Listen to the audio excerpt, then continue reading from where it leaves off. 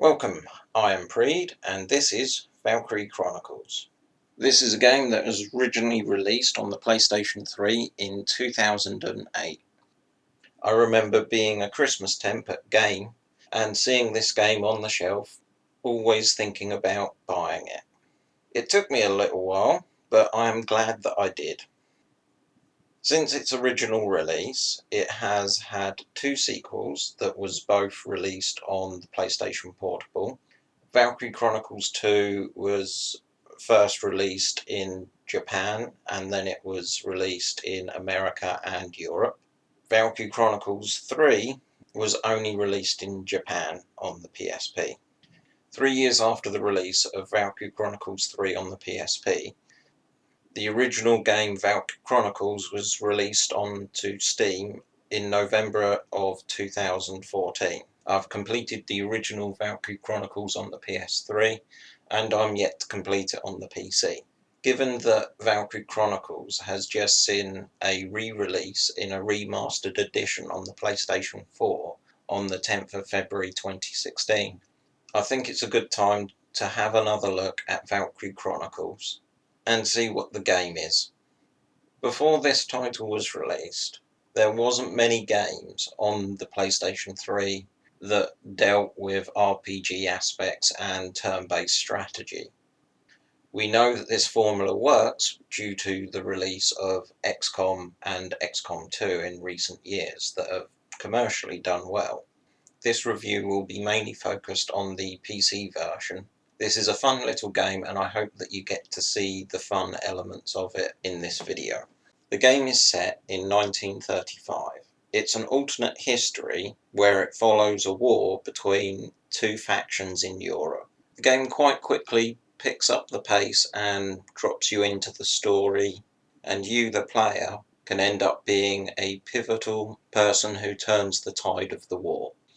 The main story is told like a book. As you progress, you get more of the story, more cutscenes, and your operations that you do are all integrated into the book, so it does feel like that you're playing an actual story. You also have another menu where you can bring up other sections that you can visit. So you have your headquarters, you also can use skirmishes to practice mock battles.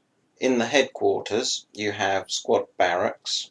This allows you to view your team, change equipment and loadouts for all your characters that you use.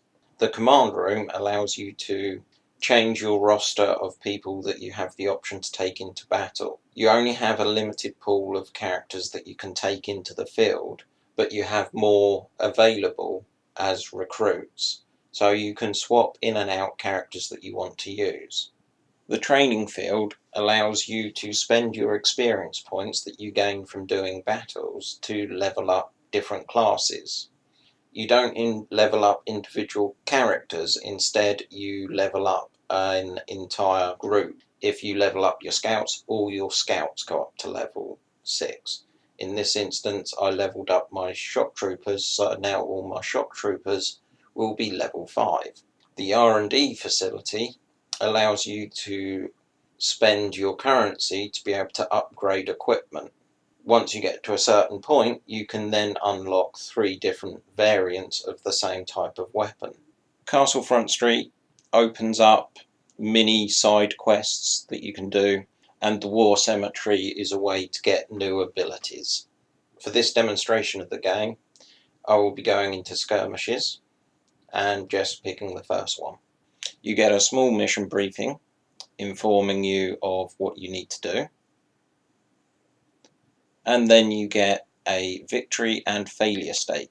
This is how you can win or lose the battle. From there, you then pick the characters that you want to take into the field. It is worth noting that if you notice, there is likes. This is people that they get on with. If you pick a group of 3 characters that like each other, they will actually help each other out in the fight. You fill up your roster, placing the units where you want them to be. Once you have completed this process, you then go to the deploy option. And here we go into the actual game. Once the game loads, you're presented with your turn. The map is laid out in a top-down design, so you can see where your units are and where the enemy units are.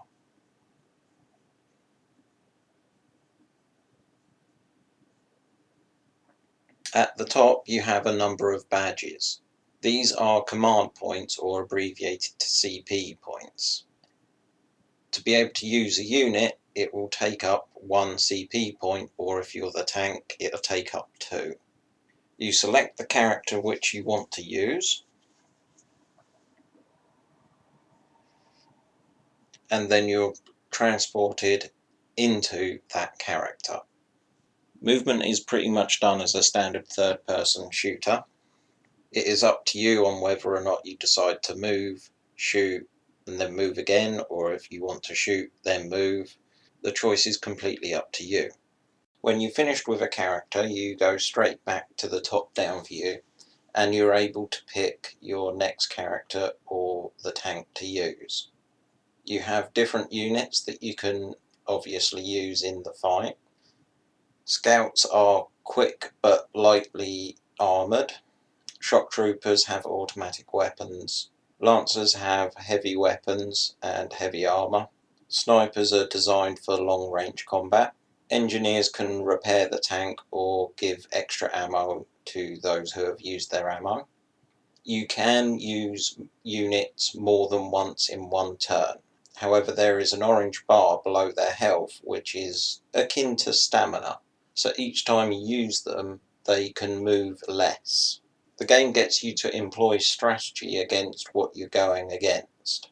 Certain units will work well against other types of units, and it's also handy to have other units covered by units of a different type. You basically repeat the process of moving your individual units during your turn until either A, you finish your whole turn, or you repeat this process until you come to the end of your player phase. This can be done by you choosing to end your turn early and saving your CP points for the next turn, or you can use up all your CP points in one turn. When the next turn starts, you'll have a fresh number of CP points to work with and any that you have left over from the previous turn. The game works really well. It mixes a couple of different genres into one. In XCOM, you're pretty much confined to the grid system in regards to movement, so it's nice being able to actually take control of a character and move them into the position that you actually want them to. As you just saw, the entire system of likes works well because you can actually get team members to work together to take down an enemy. This is very handy in a lot of situations, and it makes you want to be more aware of which characters get on with which other characters to make best use of your army. It just gives the game an extra little bit of depth when considering which units you're going to take into the field. I'm quite happy with where this turn has gone, so for now I'm actually going to bring this player phase to an end so you can actually see what the enemy phase looks like. The enemy phase is where the computer gets to do all the moves and actions that it wants to, whereas before, when I was moving, the enemy was shooting at me every time that they advance. I get to take automatic shots at them, and if people are able to, they will also take counter shots against actions taken against them. Once the computer is finished with its move, it's then back onto yourself. And that is how the turn system works. Beat each mission, you just got to fulfill the objectives that are laid out in the mission briefing. The game offers quite a wide range of mission types and mission objectives for you to achieve throughout the game. And when you play through the story, it does feel like that you're actually participating in an anime series. Overall, I think this is a very solid game. It pulls from a couple of different type of gaming genres, and I think it does it quite well. With the re-release of this game on PlayStation 4, I'm hoping that Sega invests in this franchise again and that we get to see more games of this type. If you're looking for a game with a bit of strategy and a good bit of challenge to it and a solid story behind the game, then I recommend Valkyria Chronicles. This has been Preed. Thank you for watching and have a good one.